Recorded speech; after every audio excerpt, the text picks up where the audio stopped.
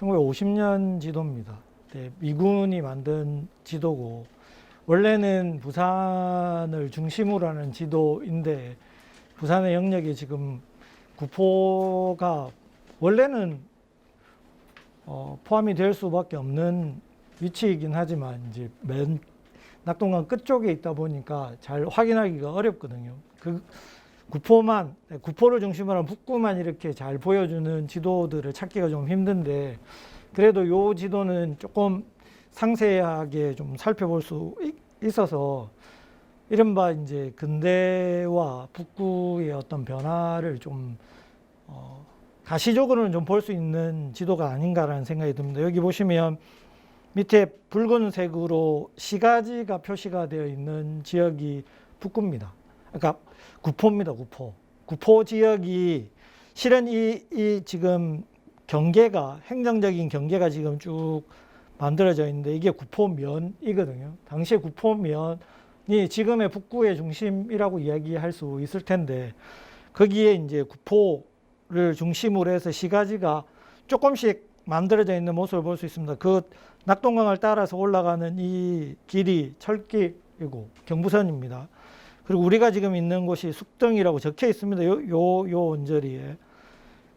그리고 뭐 화명 쪽 이 시가지가 조금씩 사람들이 살고 있는 모습들을 조금씩 볼 수 있습니다. 여기도 마찬가지로 만덕까지 해서 조금씩 길이 만들어져 있고 거기에 사람들이 살고 있는 점 같은 표시들이 조금씩은 되어 있는 모습들을 볼 수 있습니다. 그래도 여전히 이제 근대와 함께 성장이 북구의 성장은 구포를 중심으로 해서 이루어졌다라고 이야기를 할 수 있겠고 실제로 이 구포가 나중에도 보겠지만 동래와 양산의 어떤 관계 속에서 있었기 때문에 구포 자체가 가지고 있는 위치를 어떻게 봐야 될지에 대해서는 조금 더 고민할 필요가 있겠죠. 그러니까 원래 독자적인 공간이기도 할 텐데 그런 독자적인 공간이 주위에 있었던 조금 더 큰 시가지들과 연동해서 지금 움직이고 있는 것들을 볼 수 있습니다. 그런 내용들을 어떻게 보면 이제 역사가 조금 순차적으로 시간대 순으로 이렇게 변화하는 상을 잘 보여주면 여러분들이 이해하시기가 참 좋을 텐데 자료 같은 측면에서는 그런 것들을 잘 남기는 자료들이 오히려 이제 중심에서 벗어나면 그렇게 많지가 않거든요. 그래서 단편을 가지고 우리가 이제 상상을 할 수밖에 없습니다. 또 한편으로는 역사는 저는 계속 그렇게 이야기를 하는데 역사가 완성되어 있는 어떤 형태라고 생각할 수 있겠지만 실제로는 그렇지 않습니다. 비어 있는 것들이 굉장히 많아요. 그러니까 알고 있는 것들이 굉장히 작은데 그걸 가지고 실은 확대 해석하고 있는 거라고 생각할 수 있습니다. 근데 그 확대 해석할 때 우리가 이제 어떤 사물의 어떤 부분을 봤을 때 그 부분을 그냥 그 부분으로만 인식하는 게 아니라 사물의 일부분으로 생각하면 사물이 어떤 것이었는가를 항상 상상해야 되잖아요. 요 조각는 어떤 것들을 보면서 이건 어디에 붙어 있을까를 고민해야 되는데 아이들은 실은 그걸 굉장히 독창적으로 해석도 합니다. 자기가 가지고 있는 이 세계관을 가지고 살펴볼 수 있고 어른들은 자기가 가지고 있는 세계관이 훨씬 더 두텁기 때문에 실제 사실에 더 근접하게 상상을 할 수도 있겠죠. 근데 또 어른들이 가지고 있는 그런 구조화되어 있는 지식 때문에 오히려 그 조각이 잘못 해석되는 경우도 굉장히 많습니다. 그러니까 엉터리로 잘못 짜여진 세계관 때문에 그걸 보더라도 다르게 볼 수밖에 없는. 그러니까 어떻게 보면 그 세계관이 망치는 거죠. 그러니까 어른들보다 아이들이 훨씬 더 영특하게 그 사물을 해석할 수도 있습니다. 왜냐하면 상상력이 뛰어나기 때문에. 그러니까 역사도 실은 그런 상상력이 굉장히 중요합니다. 그러니까 이런 짧은 단초들, 그러니까 역사라고 하는 건 두 가지 의미인데 하나는 사실을 이야기할 때도 있고 또 하나는 사실에 대한 해석입니다. 어떻게 보면 그러니까 그 사실들의 파편을 가지고 서사적인, 그러니까 그럴듯한 이야기를 만드는 거죠. 그래서 이건 조금 웃기긴 하지만 포스트 모던이 계속해서 주창했던 것 중에 하나가 역사도 이야기라는 거죠. 그러니까 문학과 역사가 그렇게 차이가 있냐 이겁니다. 그러니까 상상력을 가지고 만든 문학 작품과 사실을 가지고 만든 서사라고 이야기한 역사가 엄청나게 많이 차이 난 것처럼 보이지만 기반하는 게 틀린 뿐이지 실제로는 같은 이야기를 하고 있는 게 아닌가라는 거죠. 왜냐하면 문학은 존재하지 않지만 존재할 것 같은 걸 상상해서 그리거든요. 근데 실제로 문학이 더 사실에 근접한 경우도 있습니다. 왜냐하면 거기에 관련되는 사실들을 발견하지 못했을 때 그 문학 작품이 오히려 그 세계를 더 잘 구현할 수도 있거든요. 근데 문제는 이제 사실의 단편들이 발견이 되기 시작하면 문학은 이제 허구의 세계에 빠질 수밖에 없겠죠. 실제 사실들이 등장하고 있기 때문에. 그러니까 어찌 보면 두 개가 교차하고 있고 또 한편으로는 사실의 완전한 형태를 가지고 이야기할 수 있는 역사는 없습니다. 왜냐하면 우리가 당대에 살아도 2021년 오늘 10월 16일입니까? 15일입니까? 15일에 나를 둘러싼 삶도 제대로 구성을 못해요, 실제로는. 근데 내가 포함되어 있는 이 세계를 구현한다는 건 불가능한 일이죠. 아무도 할 수 있는 게 없습니다. 그래서 이전에는 신의 영역에 있는 거고, 그걸 이른바 지식이라는 학문적인 힘을 가지고 역사가 재단을 한 거죠. 그때는 그랬다. 이건 이렇다. 근데 실제로 이건 이랬다라고 했을 때 증명할 수 있는 자료들은 제한적입니다. 그러니까 사실의 파편들을 가지고 그 상상의 합리성을 가지고 이야기할 수밖에 없는 거죠. 그러니까 역사라는 게 실은 사실을 기본으로 하되 상상력이 없으면 구현하기 굉장히 어려운 학문이기도 합니다. 그냥 사실만을 가지고 연결을 하지만 그 연결이 매끄럽지 못할 수 있겠죠. 그런 측면에서 구포에 대한 이야기 또는 북구에 대한 이야기가 단편밖에 없다는 게 우리가 거기에 상상력을 발휘하는 어떻게 보면 좀 더 많은 고민들이 녹아나야 되겠죠. 또 한편으로는 역사학자들이 제일 하고 싶어 하는 것 중에 하나가 자료를 계속 끊임없이 발굴하는 겁니다. 찾으면 또 나오거든요. 없는 게 아니거든요. 관심이 없었을 뿐이지. 그러니까 지속적으로 발굴하고 지속적으로 그걸 가지고 해석하는 방식. 그러면은 기존에 있는 해석은 계속해서 갱신돼야 됩니다. 그러니까 사실이라는 게 확정이 아닌 거죠. 왜냐하면 그때 있었던 일을 완벽하게 구현하는 사람은 이 세상에 없기 때문에 항상 새로운 사실들이 등장하면 바뀔 수밖에 없습니다. 그러니까 항상 역사는 열릴 수밖에 없는 거죠. 내가 그걸 아는데 라고 이야기할 수 없는 겁니다. 또 다른 사실이 발견되면 그 이야기는 잘못된 이야기일 수도 있겠고 좀 더 포괄적으로 좀 더 넓은 이야기로 확장이 될 수밖에 없겠죠. 그런 부분들을 조금 이야기를 좀 해볼 텐데, 우리의 근대와 관련해서는 잘 알다시피 개항이라고 하는 측면이 굉장히 강합니다. 그 이전의 전통사회, 왕조사회를 중심으로 했던 사회에서 실제로 이제 국민이 중심이 되는, 민이 중심이 되는 사회로 바뀌었다고 이야기할 때 아주 중요한 체제 같은 것들이 들어오게 되는데, 그게 자본주의적인 시스템과 이른바 국가, 이른바 그 국민을 주인으로 만드는 국가체제가 만들어지는 거겠죠. 그런 것들이 우리 사회를 굉장히 많이 변화시키고 있는데, 특별히 이 지역이 성장할 수 있게 만든 아주 중요한 것들이 이제 서구적인 물품들이 들어올 뿐만 아니라 그거와 병행해서 우리가 가지고 있는 물품들이 이른바 교환 체제가 만들어지는 겁니다. 그 교환 체제의 핵심이라는 게 미면 교환 체제라고 이야기하는데, 쌀이죠.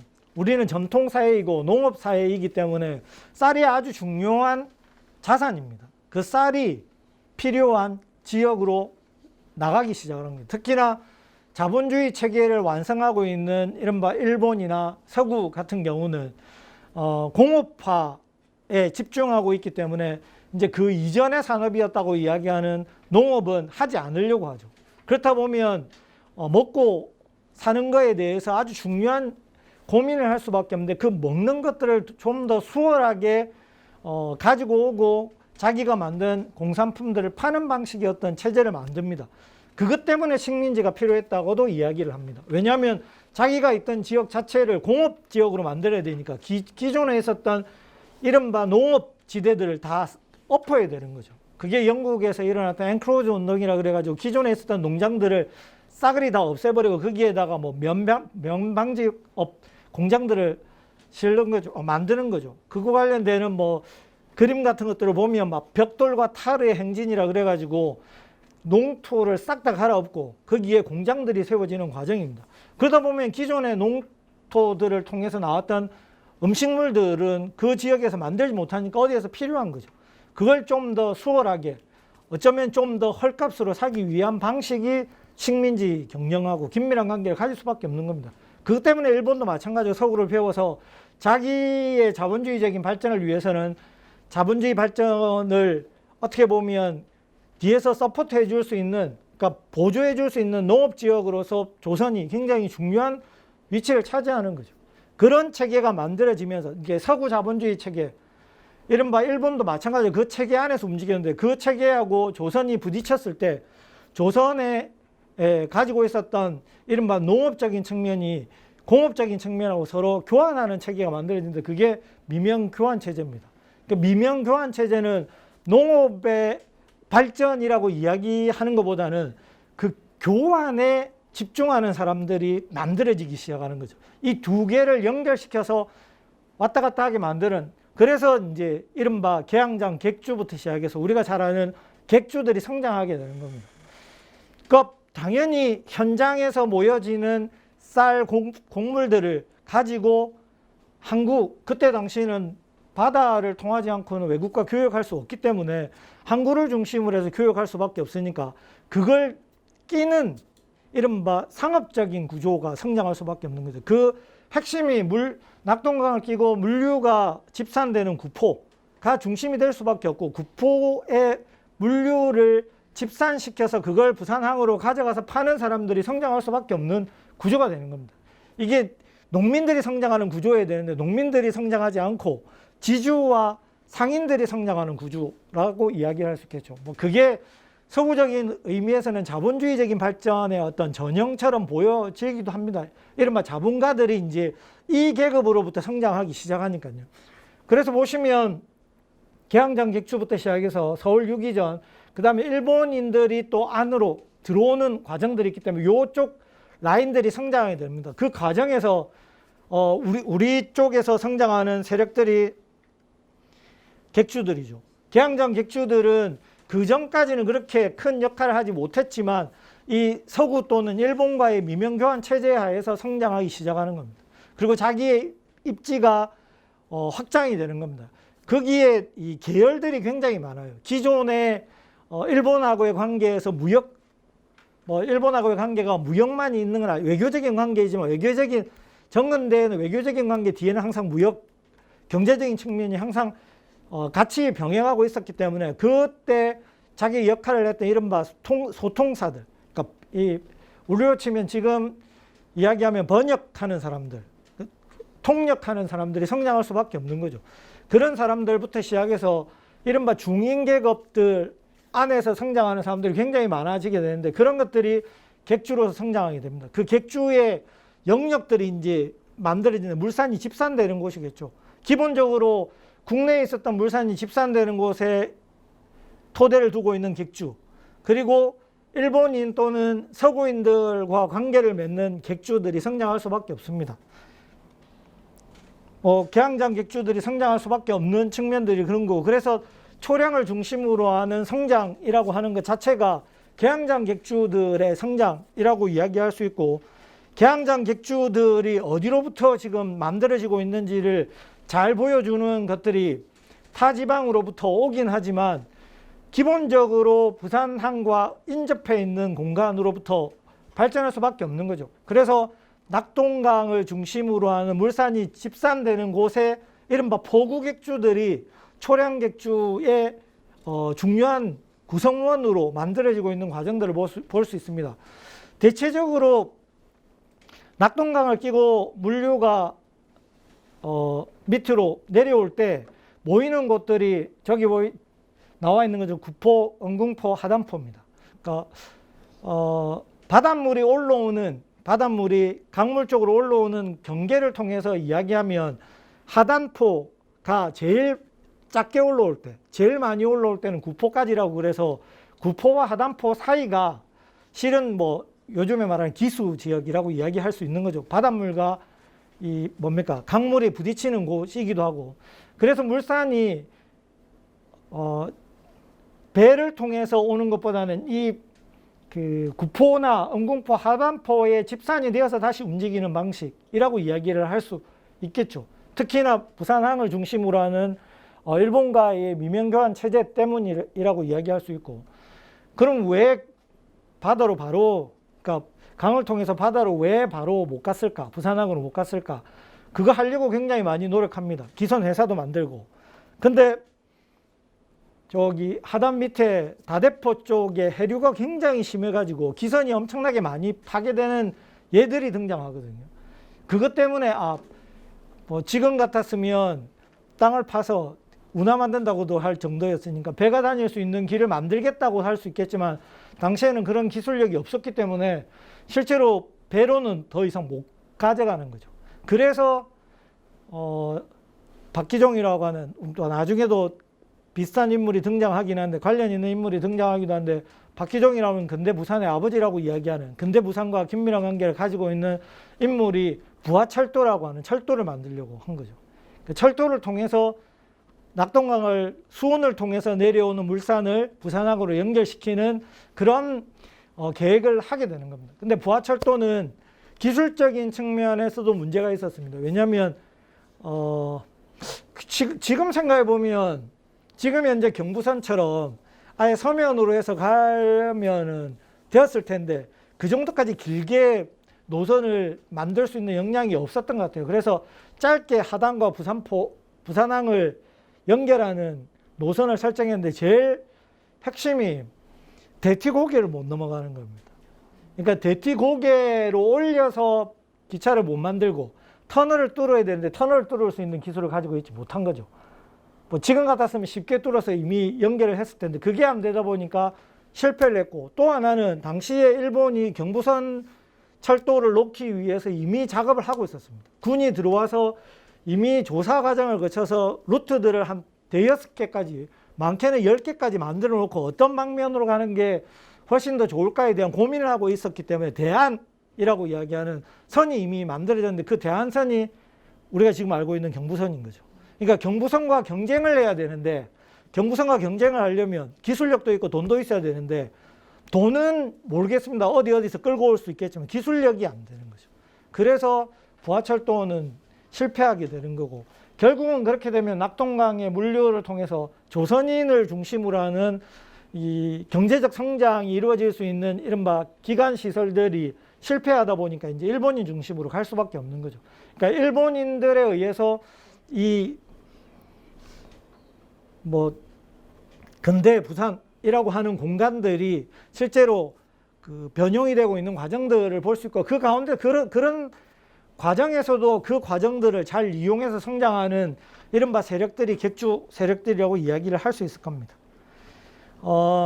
1889년에 부산의 객주가 44명인데 나중에 160명에서 200명 정도 늘어나요. 이게 이제 전국으로부터 오는 것뿐만 아니고 부산 인근에서 다 들어왔던 객주라고 이야기할 수 있고, 그 객주의 면면들을 보면 대체적으로 동네 상인을 중심으로 하는 세력들이고, 외부로부터 오는 세력들은 우리가 이제 초량에 가면 북선 창권이, 남선 창권이 이런 이야기들이 있는 것처럼 이제 북부 지역에서 부산과 연결하는 과정에서 중요한 객주들이 다시 내려와서 토착했던 측면들을 볼 수 있습니다. 그 외의 객주들은 다 낙동강 포구를 중심으로 성장했던 객주라고 이야기할 수 있고, 대체적으로 하단포 객주, 은궁포 객주, 구포 객주들이 초량 객주의 핵심이라고, 동네 상인들과 함께 핵심이라고 이야기를 할 수 있을 겁니다. 그렇게 이제 성장을 하게 된다고 이야기를 할 수 있겠죠. 당시 구포의 상황을 좀, 이게 이제 파편화되어 있는 거긴 한데 단편적으로 볼 수 있는 내용들이, 일단 구포는 아까 말한 것처럼 물산이 모이는 곳이라는 건 확실합니다. 조선시기 이미 구포창이라고 하는, 우리로 치면 이제 곡식을 모아서, 이게 뭐냐면 세곡선 같은 것들이 있죠. 국가에서 세금을 거두기 위해서 창고들을 만드는데 그 창고의 역할을 했던 곳이기도 합니다. 그래서 그걸 이제 인천항으로 운반하기도 했던 이야기를 볼 수 있는 거죠. 그러니까 여기에 물산이 집산된다는 건 명확한 사실입니다. 그리고 구포창이 나중에 필요가 없어지면, 나중에 나오는데 북구에 제일 처음 학교가 이름이 갑자기 생각. 예? 구포초등학교 전신이 뭡니까? 아, 예. 그 학교가 이 구포창 자리에 만들어진. 그러니까 기존에 이제 국가의 학교들은 대체적으로 보면 국유지의 땅에 잘 만들어집니다. 대체적으로는 뭐 객사 자리라든지 동원은 나중에 계속해서 이후에도 행정적인 측면에서 활용이 되기 때문에 동원이 있는 국유지 안에서 실제로 행정조직하고 좀 상관없는 것 중에 하나가 객사들인데 객사 자리가 대부분 근대적인 학교로 바뀌거든요.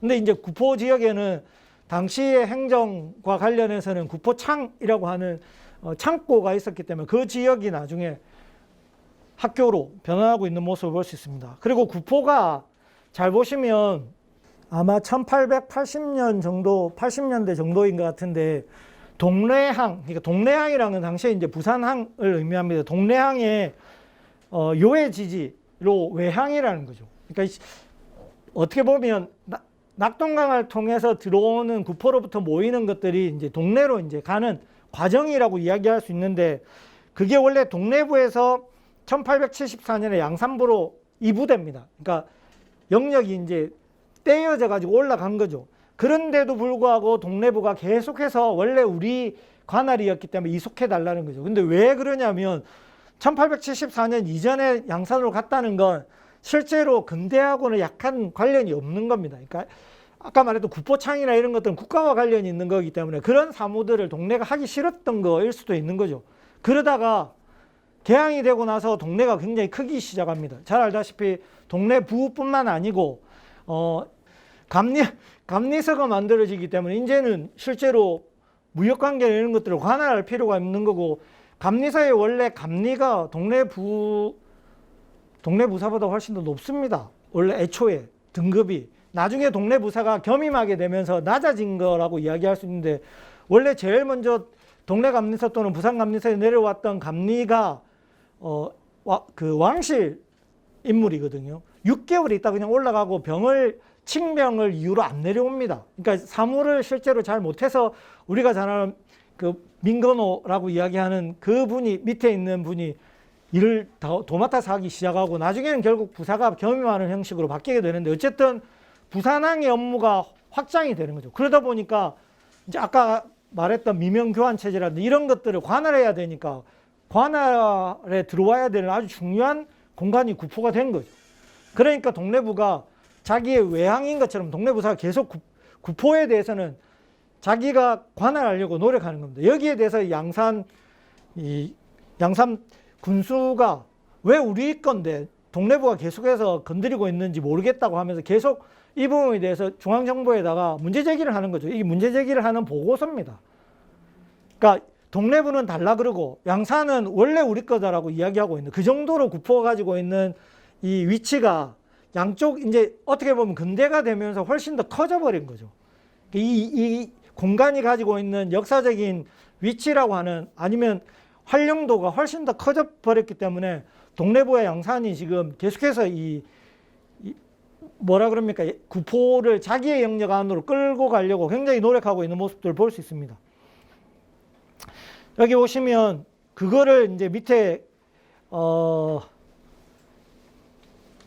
양산에서 문제 제기하는 거죠. 부산항과 거리 40리고 해양 감리가 구포를 외항이라고 하고 객주들의 법무 판례, 그러니까 객주들을 관리해야 되는 거죠. 감리 자체가. 그러니까 구포가 아주 중요한 위치에 들어왔는데 그렇게 하면서 포민 직촉하는 등 감리의 월권 행위가 너무 많다.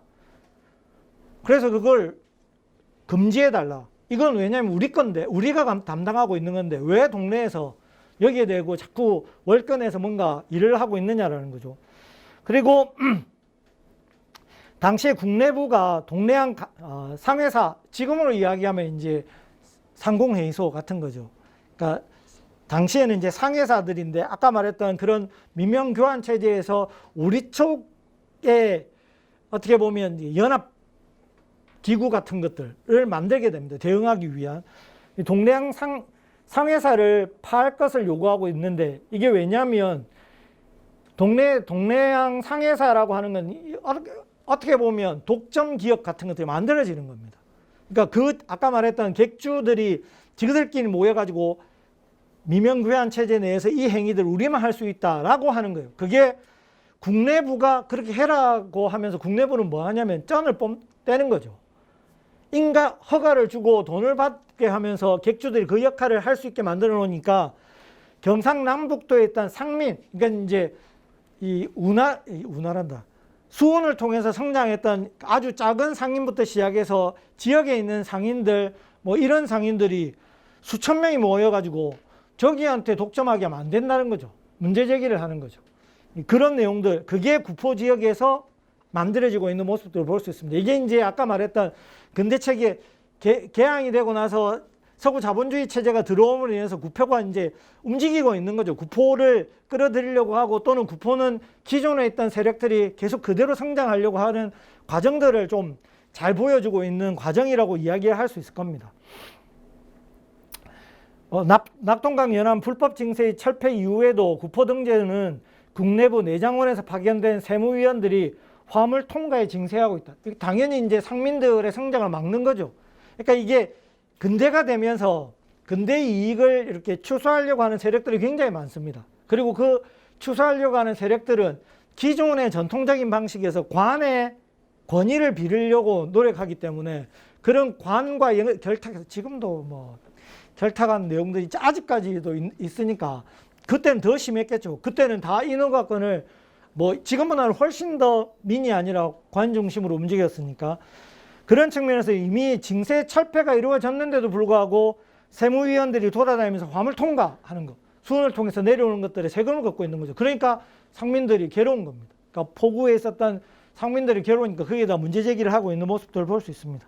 이 지금 그런 부분에 대한 내용들이 한마을 구포를 통해서 지금 계속해서 나오고 있는 모습들을 볼 수 있습니다. 이런 것들이 이제 구포가 나름의 어떤 물류의 집산일 뿐만 아니고 자본주의 시스템이 도입됨으로 인해서 성장하고 있는 과정들을 단초적으로 좀 보여주는 사례들이라고 이야기를 할 수 있는 거죠. 이제 구포를 중심으로 특히나 보시는 것처럼 낙동강을 끼고 있는 이른바 상민들의 중심들이 구포에서 이루어지고 있는 모습들을 볼 수 있는 거죠. 이게 이제 전통적인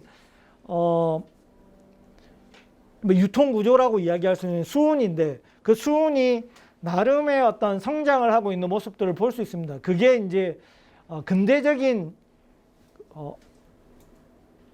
수송이라고 이야기할 수 있는 철도가 만들어지면서 그게 결합이 되는 거죠. 구포는 실제로는 수운과 유군이 같이 결합되는 장소도 되어버렸거든요. 그러니까 부산항 같은 뭐 시가지가 만들어지는 그런 중심 도시가 아님에도 불구하고 외곽임에도 불구하고 다른 지역보다 빨리 시가지들이 조성될 수밖에 없는, 아까도 보시면 그 시가지의 모습이 부산항을 중심으로 하는 시가지만큼 지금 발전되어 있어요. 그러니까 동네만큼 발전되어 있는, 사이즈로 보면 동네의 중심가만큼 발전되어 있는 모습을 볼 수 있습니다.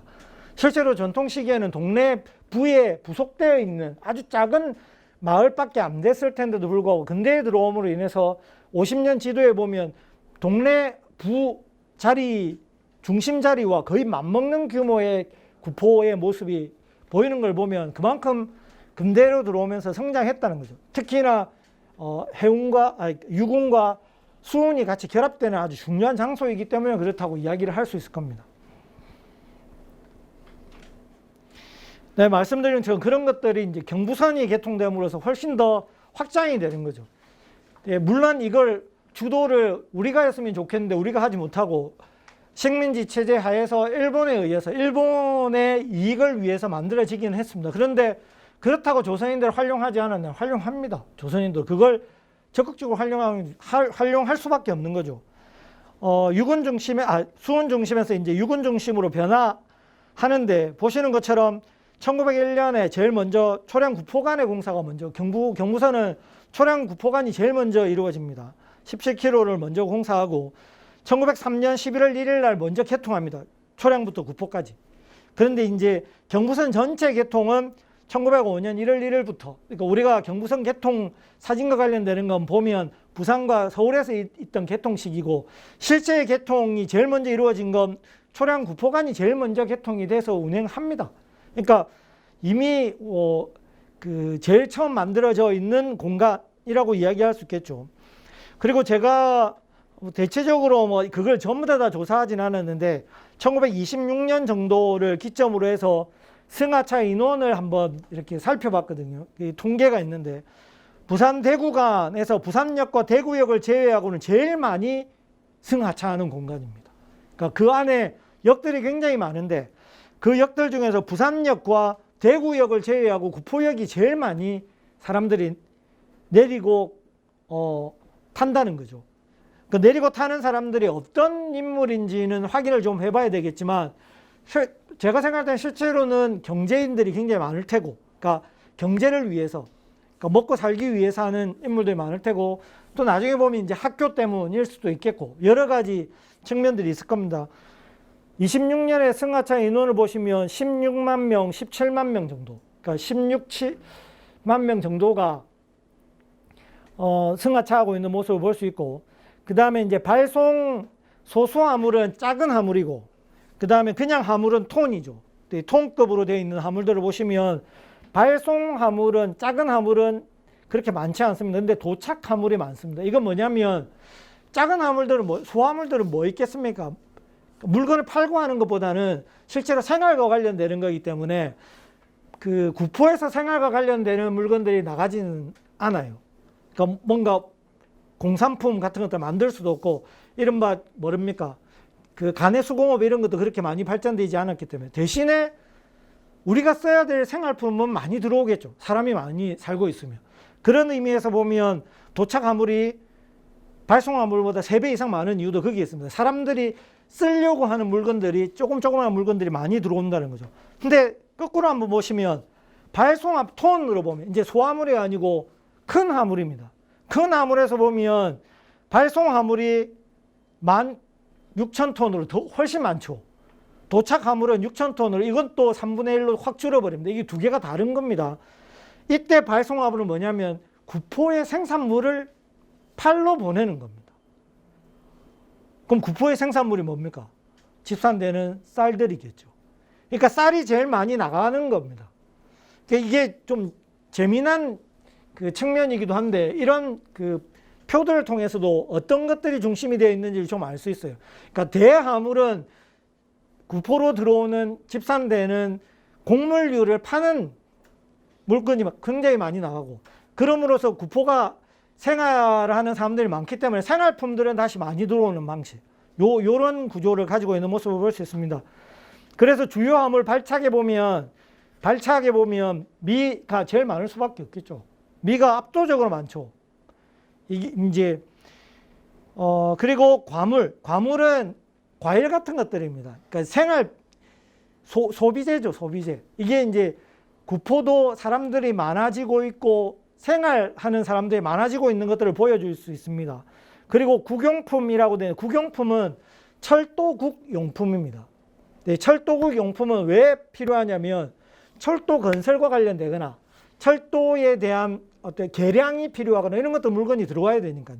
그래서 실제로는 경부선과 관련해서 나중에 계속해서 이제 확장해서 연장해서 만드는 과정뿐만 아니고 경부선이 나중에 복선화되는 과정도 있고, 또 하나는 25년부터 시작해서 홍수가 일어나가 이쪽 낙동강 유역에 있는 철도들이 거의 다 파괴되거든요. 그럼 다 수선해야 되니까 철도국 용품이 들어올 수밖에 없는 거죠. 그러니까 그 철도국 용품은 그래서 기타로 돌리기도 한데 철도국 용품이 많으면 공사가 있구나, 철도 공사가 있구나라고 생각하면 되는 겁니다. 어쨌든 이게 26년 자료를 기반으로 했기 때문에 철도국 용품이 많아질 수밖에 없겠죠. 그러니까 도착에 지금 국용품이 제일 많은 이유도 여기에 있습니다. 뭔가 공사가 있는 거죠. 실제로 지금 밑에 보시면 제가 자료를 하나 조금 더 구체적인 자료들을 찾고 싶어가지고 이제 확인을 하는 과정에서 보는데, 이게 철도역인데 철도역에 대한 공사가 이루어지고 있는 지도입니다. 그러니까 철도역 바깥으로 지금 이제 제방들인데 제방들이 무너지고 그러면 거기에 대한 공사들을 굉장히 중요하게 생각할 수밖에 없거든요. 특히나 25년의 대홍수는 양산부터 시작해서 어디죠? 삼낭진부터 시작해서 구포까지 철도가 거의 다 와야 됩니다. 철도가 다 와야 돼가지고 산미 정식 계획 2000년이 26년, 1926년부터 이루어지는데 그거하고 병행해서 뭐가 만들어지냐면 낙동강 개수공사 10개년 계획이 만들어져요. 그러니까 홍수 때문에 피해를 입은 낙동강 유역들을 정리하는 계획인데 26년, 27년, 28년 1차 계획에 어디에 집중하냐면 전부 다 철도 공사에 다 집중합니다. 그러니까 어쩌면 낙동강 홍수 범람으로 피해를 입었던 농민들에 대한 지원을 하겠다고 낙동강 개수공사를 시작했는데 결국 뭐 했냐면 철도 다시 새로 놓은 거죠. 애초부터 자기들이 관심이 있었던 이게 핵심이었던 겁니다. 그것도 제가 자료들을 확인해보고 그거 관련된 자료들이 많거든요. 그런 것들을 확인해 보면 이제 양산부터 시작해서 구포까지 이 철길을 다시 복원하는, 그래서 도착 화물의 국용이 굉장히 많죠. 또 하나 도착 화물을 잘 보시면 두박이란 건 저기 콩찌꺼기입니다. 그 다음에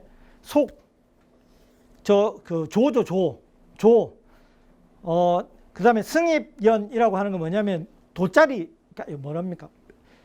쌀 가마니. 그러니까 쌀을 여기다 넣어야 되니까 가마니가 필요한데 가마니도 공장에서 짜가지고 주거든요. 가내로 짜기도 하지만 실제로 큰 가마니는 공장에서 만들어 짜기 때문에 이걸 들어오는 겁니다. 이 승입연이 들어오는 거는 이제 구포에서 쌀을 많이 밖으로 내니까 당연히 그게 필요한 거죠. 근데 앞에 보시면 두박과 이른바 콩찌꺼기하고 조가 왜 들어오냐. 이제 이런 게 궁박 판매라고 그래서 조선인들은 실제 쌀은 팔고 먹는 거는 다른 걸로 먹는 거죠. 그러니까 대표적으로 대두, 콩과 조 같은 것들을 먹는 겁니다. 이게 이제 식민 시기에 뭐 우리가 이제 경제사가들이 식민 시기에 성장했다 그런 이야기를 할 때 뭐 뺏어갔냐 그렇게 할 때 우리가 먹고 살기 위해서 우리가 먹어야 될 쌀을 팔았다는 것 자체가 이미 잘못되어 있는 무역 구조 속에서 이루어진 거죠. 왜냐하면 그렇게 팔지 않으면 살 수가 없는 거예요. 쌀을 먹고는 살 수가 없는 거지. 왜냐하면 그러면 다른 걸 할 수가 없으니까.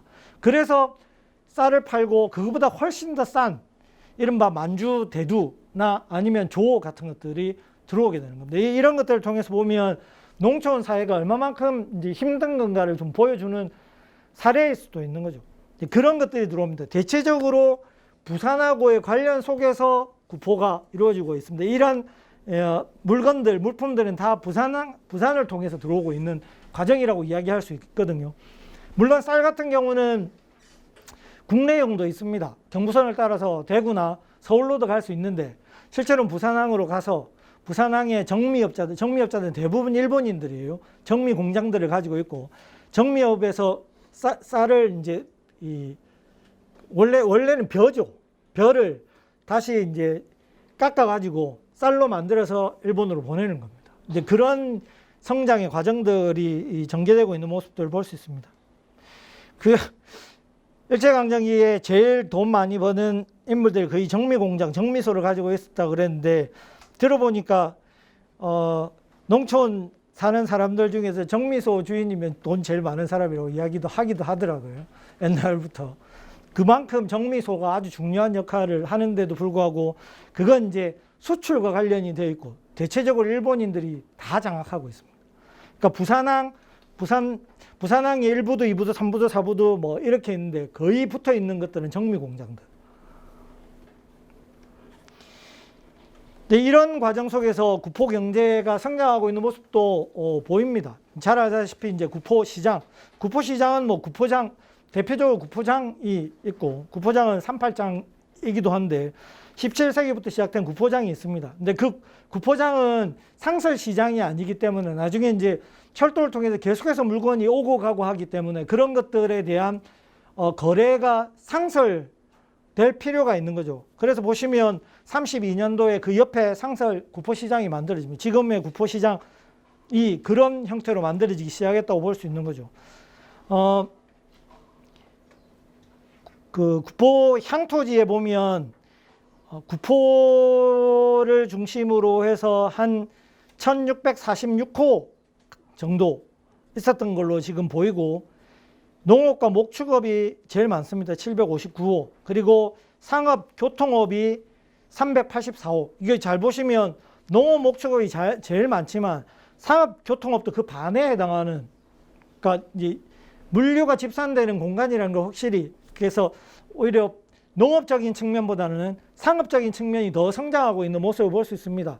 이걸 많은 걸로 따지면 농업이 더 많지만 경제적인 어떤 시스템상 성장하는 것들을 보면 다른 지역은 농업이 거의 90% 이상이겠죠. 그런데도 불구하고 지금 상업과 교통업이 발전하고 있다는 건 근대적인 이제 3차 산업으로 가고 있는 과정들을 볼 수 있습니다. 여기에 이제 산업화가 이루어지면 우리가 잘 아는 이제 그런 산업 도시들이 만들어지는 거라고 이야기를 할 수 있겠죠. 당연히 뭐 쌀이 제일 많이 생산이 될 테고, 제조업 분야도 이제 조금씩 번성하고 있는데 누룩 제조 같은 것들, 이런 것들이 이루어지고 있는 모습들을 볼 수 있습니다. 1933년에 구포의 이추리품을 잘 보시면 앞에도 이미 본 것처럼 부산으로 나가는 것들이 굉장히 많이 되어 있는 모습을 볼 수 있죠. 여기에 이품에 이제 수산물 이런 것도 들어오고 있는 모습들을 보면 소비지로서의 구포의 모습도 볼 수 있는 겁니다. 이제 먹기 위해서 들어온 거라고 이야기할 수 있겠죠. 그리고 직물 같은 것들이 이제 들어오고 있는, 그러니까 이른바 공산품들, 그러니까 그리고 구포 지역에서 나지 않는 것들이 들어오고 있는 모습을 볼 수 있고, 구포에서 대체적으로 많이 나는 것들은 쌀, 그러니까 벼 상태인 것과 쌀 상태인 것들이 많이 나가고 있는 모습을 볼 수 있는데, 근데 대체적으로 이제 미국을 중심으로 하는 세력들이 성장할 수밖에 없는 거죠. 그 핵심에는 아까 박기종 선생과 관련되는 인물이라고 이야기했는데 윤상원 선생이 있습니다. 원래 윤상원 선생은 관리 출신의 집안에서 태어났다고 이제 이야기하고 있고, 이 윤상원 선생의 집안은 약간 계열을 달리하는 과정이기도 합니다. 뭐 대표적인 독립운동가도 있을 뿐만 아니고 이 시대에 이제 경제인으로 성장한 사람도 윤상원 선생 같은 경우는 그렇게 성장하기 때문에 약간은 색깔이 달라지는 부분도 있긴 해요. 그러니까 우리가 보통 뭐 이런 식민지 시기에 대한 인물에 대한 그 고민들 속에는 그게 명확하게 이렇게 분리해서 어떤 사람은 독립운동하고 어떤 사람은 뭐 친일파고 어떤 사람은 뭐 어떻다 이렇게 얘기할 수 있겠지만 실제로 그 가족 안에 다 들어와 있습니다.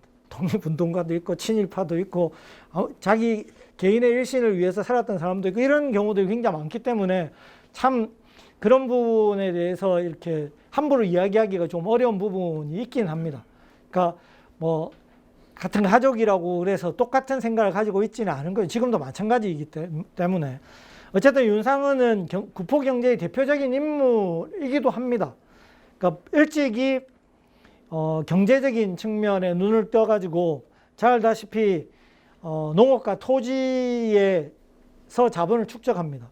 여기 보시면 구포 농무원이라고 되어 있는데 저 농무원의 윤상은이 중심이 되어서 실제로 구포를 중심으로 하는 낙동강 유역에 대한 토지 투자들을 굉장히 많이 하게 되고 양잠 같은 것들을 통해서 상까지 받는 거죠. 여기 보시면 이 양장 식리법에 대한 광고 문구이기도 한데 그것과 관련해서 굉장히 많은 성장을 하고 있는 모습들을 볼 수 있습니다.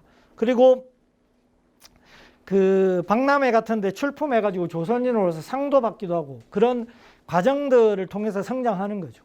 근데 조선인들의 성장에 가장 큰 걸림돌 중에 하나가 성장을 하기 위해서는 자본이 필요한데 자기 자본이 많으면은 가능하겠지만 실제로 이전 같은 경우는 자기 자본을 통해서 할 수 있는 조그만한 경제행위 정도는 가능했겠죠. 근데 근대사회로 들어오면 대단히의 경제행위들이 필요하게 되고 그렇다 보면 이른바 금융이라고 하는 측면들이 강화될 수밖에 없는 겁니다. 그런데 당시 일제강점기 안에 조선인들 말고 일본인들의 성장을 위한 어떻게 보면 금융적인 지원을 위한 기구들이 만들어진 그게 은행들입니다. 근데 애초부터 제1은행 같은 경우, 일본 제1은행 같은 경우 부산항이 개항되자마자 제일 먼저 설치되는 은행인데 그 은행의 목적은 뭐냐? 조선에 들어와 있는 일본인들의 경제 행위에 도움을 주겠다라고 은행을 만든 거예요. 그러니까 이 은행에서 대부를 받아가지고 그 대부 받은 돈으로 조금씩 조선의 경제적인 측면에서 자기의 역할들을 하게 되는 거죠. 이 경제력과 조선인 자기가 가지고 있었던, 가문이 가지고 있었던 돈만 가지고 덤비기엔 너무 힘든 부분일 수밖에 없는 거죠.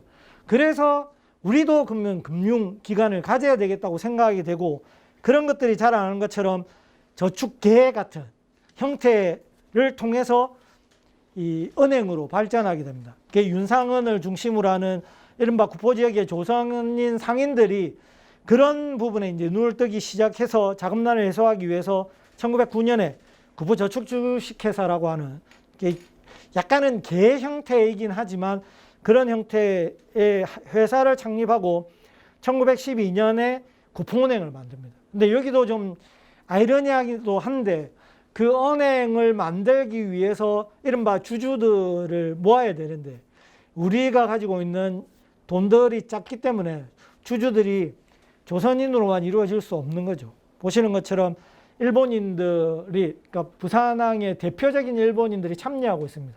이런 것들을 이제 긍정적인 측면에서는 조선인 상인들을 위한 금융기관이 만들어졌다고도 이야기할 수 있겠지만, 부정적인 측면에서는 일본인들이 실제로 배우지까지 자기의 영역을 확장하게 만들 수도 있는 거죠. 왜냐하면 구포지역으로 계속 진출하게 되고 김해로 넘어가게 되고, 뭐 잘 알다시피 하자마나 이런 친구들이 김해로 넘어가서 나중에는 진영, 그 다음에 대산, 창원 쪽에 있는 대농장들을 가지게 되는 과정들이겠죠. 그러니까 이런 과정들이 한편으로는 굉장히 아이러니하게 우리가 대응하기 위해서 만든 기구들이 오히려 그 사람들이 더 잘 침투하기 위한 공간들이 되어버리는 거죠. 그게 이제 자본이 가지고 있는 힘인 겁니다. 이 자본이라고 하는 것 자체가 실제로는 자본의 확장을 위해서 움직이고 있기 때문에 확장할 수 있는 사람들을 통해서 움직일 수밖에 없는 거겠죠. 이게 조선인들만의 것으로 될 수 없는 것들을 볼 수 있습니다. 그것 때문에 구포은행이 이제 일본인 중심으로 넘어가는 거죠. 조선인들이 기획을 하고 계획을 세워서 만든 은행이 나중에는 일본으로 싹 넘어가게 됩니다. 그러다 보니까 윤상원 선생이 애초에 사장으로 있던 직위까지도 놓치게 되는 거죠. 이제 보시면 윤상원 선생이 이제 이 은행으로부터 손을 떼기 시작하자 1915년에 경남은행으로 이제 바꾸는 거죠. 이제 그러니까 부산에 있었던 일본인들의 목표는 거의 남부 조선을 거의 장악하는 거였어요. 얘들의 목표는 뭐 더 크게 놀고 싶으면 하자마나 뭐 카시나 이런 사람들이 주식을 투자하는 데 보면 전국을 다 끼고 있습니다. 그러니까 한반도 전체를 다 끼고 있을 뿐만 아니고 나중에는 만주, 뭐 일본까지도 다 포함이 되어 있기 때문에 이 부산을 기반으로 해서 성장을 어마무시하게 한 거죠. 근데 이제 조선인들 속에서 성장할 수 있었던 세력들 중에 대표적인 사람이 윤상원인데, 윤상원 같은 경우는 이제 자기 입지가 점점 줄어들고 있는 모습을 볼 수 있습니다. 그거보다 훨씬 더 확장이 가능할 수도 있는데, 아이러니하게도 저기 하자마 밑에서 성장했던 문상우 같은 경우는 나중에 서울로 가서 서울에 있는 은행 장도해요. 일본인의 뒷배를 통해서 성장했거든요. 문상우 같은 경우는 30년대에 서울로 가서 종은행인가 은행 장도합니다. 그 밑에 지금 경남은행 지배인 이런 거 하다가 올라가서 그런 인물도 한번 밝혀보고 싶은 생각도 있긴 한데, 어쨌든 문상우 같은 경우는 하자마 상점에서 성장했던 인물이에요. 그러니까 그 대신에 윤상은 같은 경우는 스스로 만든 회사들을 일본인에게, 그러니까 어쩔 수 없이 고육지책으로 일본인을 끌어들였는데 일본인들에 의해서 수출이 된 거죠. 그렇게 보면. 그러다 보니까 이제 이걸 다시 찾기 위해서 낙동강에 있는 하류 뻘밭이었던 맥도, 지금도 있죠. 맥도 같은 것들을 개간해 가지고 이제 그런 것들을 기반으로 해서 다시 경남은행의 대주주가 돼서 1917년에 경영권을 확보하게 됩니다. 근데 이제 경영권을 확보해도 나중에 되면 은행 통폐합 이런 걸 또 식민지 정부가 하는 거죠. 그래서 다 합쳐버립니다. 그러니까 실제로 그렇게 하다 보면 지분을 가지고 있는 사람들이 지분이 자꾸 작아져 버리고 외곽으로 밀려나 버릴 수밖에 없는 거죠. 보시는 것처럼 20년대 대구은행하고 합병을 했고, 그래서 경상합동은행이 되고 1941년 한성은행으로 합병이 되고 나중에 동일은행과 합병이 돼서 조흥은행이 되는 겁니다. 그러니까 조흥은행은 지금 이름이 뭐죠? 그것도 지금 합병을 많이 해가 저도 SC제일은행인지 신한은행인지 이름을 모르겠어요. 그것도 합병을 해가지고 원래 조흥은행 한 100년이 됐던 은행인데 뭡니까 계열들 이렇게 찾아가 보면 전국에 있는 이른바 이런 그 은행들을 합병해서 만든 거라고 이야기를 할 수 있을 겁니다. 이제 그런 상황에서 구포 경제의 중심 인물들이라고 이야기할 수 있는 사람들을 구포 향토지에 조금 확인할 수 있는데요.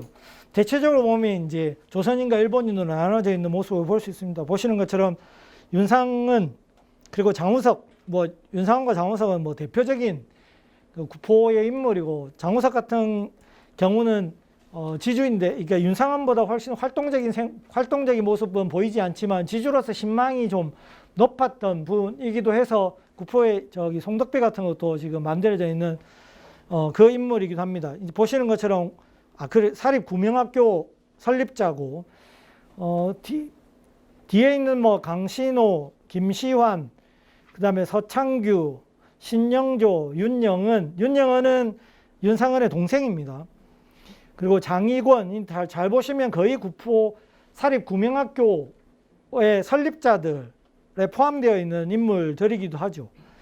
근데 이제 30년대로 가면 이 지역에서 유지로서 성장하기 위한 과정들이 조선인들만을 위한 방식이라기보다는 이제 이른바 식민 권력과의 관계 속에서 나름의 역할들을 하고 있는 모습들을 볼 수 있습니다. 그게 구포면장이라든지 그 다음에 학교비 평의원이라든지 또는 윤상은이 했던 구포면협의의원이라든지 그 다음에 학교비 평의원은 조선인 학교거든요. 그런 이제 관과 그리고 민 쪽에서 활동을 하고 있는 모습들을 볼 수 있습니다. 최근에는 저도 관심이 있긴 한데 면협의회, 그 다음에 나중에 이제 읍협의, 읍회 이런 지금의 지방자치 단체라고 이야기할 수 있는 그런 쪽의 연구들이 조금씩 지금 나오고 있어요. 왜냐하면 그 전까지는 이런 일제강점기에 있었던 지방자치, 사이비 지방자치단체라고 이야기했는데, 왜냐하면 지금처럼 입법권이나 재정권 이런 거 없습니다. 그냥 해주는 건 자문하거나 아니면은 의결권인데, 의결권은 관에서 만든 예산안에 대해서 그래 통과해 줄게 이거 하는 거예요. 그거 통과해 줄게 안 해주면 그냥 알아서 통과시킵니다. 그러니까 읍장이든 부윤이든 도지사든, 그러니까 형식적이라고 이야기하는 거죠. 그래도 제가 영광교육 경남 같은 경우는 안 해준다 그랬을 때 아예 그 불신임안을 던져버리거든요. 이 조선인들이 제일 관심 있었던 것 중에 하나가 학교였어요. 근데 다행히 학교가 많이 만들어지는 방식으로 그 정책이 전개되면 좋겠다고 했는데, 그걸 무마하기 위해서 총독부가 그러면 1면에 1교식을 만들겠다라고 했는데 그걸 안 지킨 거예요. 그래서 조선인 그 지방자치 의원들이 왜 안 지키냐고 문제 제기하고 예산안을 통과 안 시켜줘 버린 거예요. 그러니까 그 도지사가 화가 나가지고 다 잘라버렸거든요. 다 잘라버리고 다시 선거를 했는데 다시 다 붙어가지고 다시 들어온 거예요. 그래도 어쩔 수 없죠. 그냥 가는 겁니다. 근데 그만큼 이 지방자치단체가 친일적일 수도 있어요. 원래 친일 행위자에 포함이 됩니다. 도회라든지 도협의회, 부회라든지 부위원회 이런 활동을 했던 사람들이 친일적인 성향을 가지고 있어요. 근데 그 공간에서 조선인을 대표하고 있다는 것도 있다는 거예요. 그러니까 실제로 자기의 성장을 위한 것도 있죠. 지금도 국회의원들 그렇잖아요. 대표한다 그러면서 지역을 대표하거나 뭔가 대표하는 행위도 하고 뒤로는 지껏 챙기고 있죠. 근데 지껏만 챙기면 그 다음부터 안 되잖아요. 그걸 알고 누가 찍어주겠습니까? 그래서 기묘하게 줄타기를 합니다. 지역민들의 신망도 받아야 되고 그래야 되니까. 한편으로는 위에하고도 붙어야지 자기도 성장하고. 그 두 개를 가지고 갈등하는데 30년대 정도까지는 그래도 조선인 편이려고 해요. 조선인 편을 들고 싶어 하는 거지. 왜냐면 그래야지 자기들이 계속해서 역할을 하는 거예요. 대신에 세게는 안 하죠. 완전히 막 저항하듯이 우리가 말하는 독립운동하듯이 그렇게는 하지 않습니다. 그런데도 그 안에서 조선인을 대변하기 위해서 노력을 한다는 거죠. 그래서 그 공간을 봐야지 식민시기가 좀 더 풍요롭게 되는 거죠. 조선인들 뭘 원했는지, 아니면 당시에 뭐가 문제가 되었는지, 그런 것들을 확인할 수 있거든요. 그래서 일방적으로 면협의회 의원이라고 해서 친일적이다 이렇게 보기도 좀 어렵습니다. 실제로 거기서 무슨 말을 했느냐가 더 관건이에요.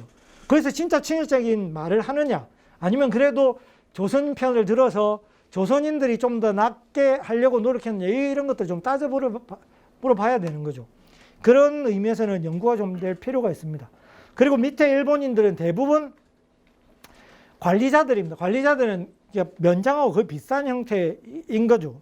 그러니까 대표적인 인물들이 쭉 나와 있는 모습들을 볼 수 있습니다. 그러니까 조선인과 일본인이 거의 비슷한 수를 가지고 중심적인 측면을 가지고 있는 모습들인 거죠. 그리고 뭐 이제 윤상헌을 중심으로 한 구포 유지들을 아까도 앞에 표에서도 본 것처럼 장우석의 도움을 토대로 해서 이제 구포 구명학교 같은 것들을 만들고 있고, 그리고 이제 윤상헌 같은 경우는 그 이후에 민족주의 우파 계열에 속하면서 민족운동에는 참여하지 않고 당시에 뭐 권농 공제조합이라든지 온돌 개선이라든지 세기,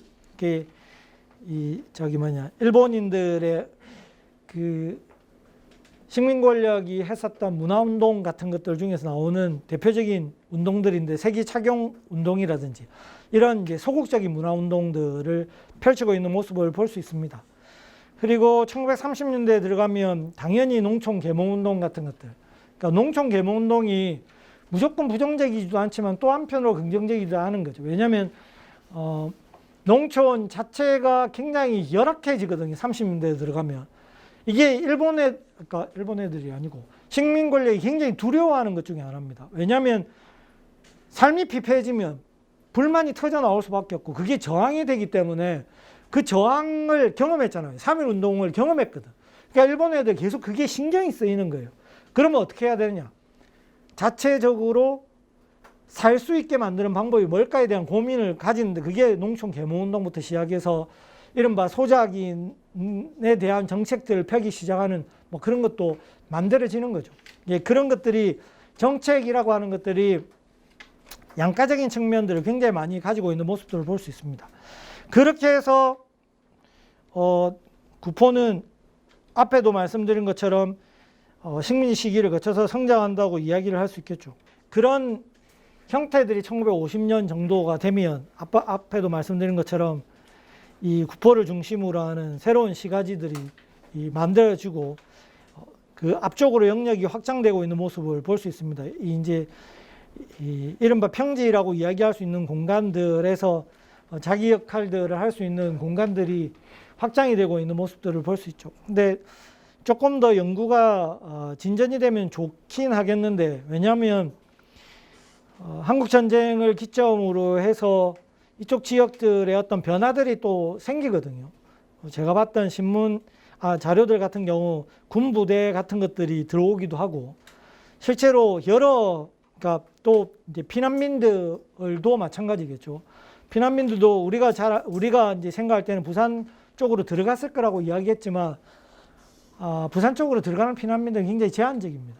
그러니까 뭐 피난민들은 부산에 못 그러니까 진짜 피난민들은 못 들어갔다고 이야기할 수도 있어요. 왜냐하면 군과 경 가족들, 이게 뭐냐면 권력을 가지고 있는 사람들의 피난민들만 들어갔다고 볼 수 있습니다. 그러면 나머지는 어디야? 다 외곽인 거죠. 밖에 있다는 거.